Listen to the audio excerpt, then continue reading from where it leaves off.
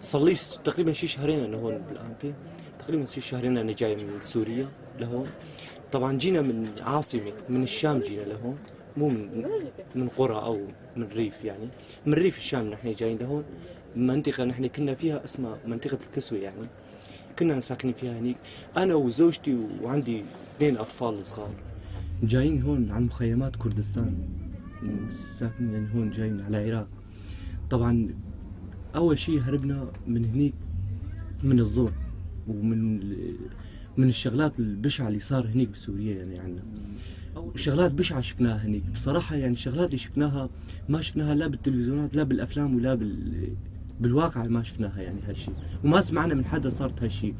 والله شفنا الجثة بالشارع 3 أيام 4 أيام هنيك بالشارع، كلاب ياكلوا من الجثة تبعه.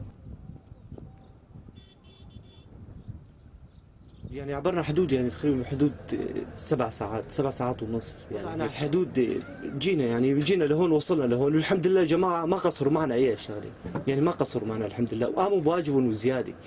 ايه، ولحد هلا كان وضعنا هيك شوي، كان كركب بخصوص المكيفات وبخصوص البرادات، يعني بخصوص هدول الشغلات. الحمد لله جابوا يعني ما قصروا معنا.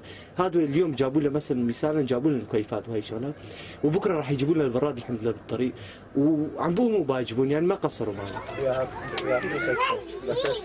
الولد عمره الاكبر واحد فيهم عمره 2 سنين، والبنت اللي اصغر منه عمرها سنة. والله بصراحة نحن لحد هلا بالصيف يعني، وشايفين يعني الشغلات اللي نحن فيها يعني لحد هلا. بكره بالشتاء والله ما بنعرف شو بدنا يعني، ما شفنا هون شتاء، وجاي الشتاء والله ما بنعرف.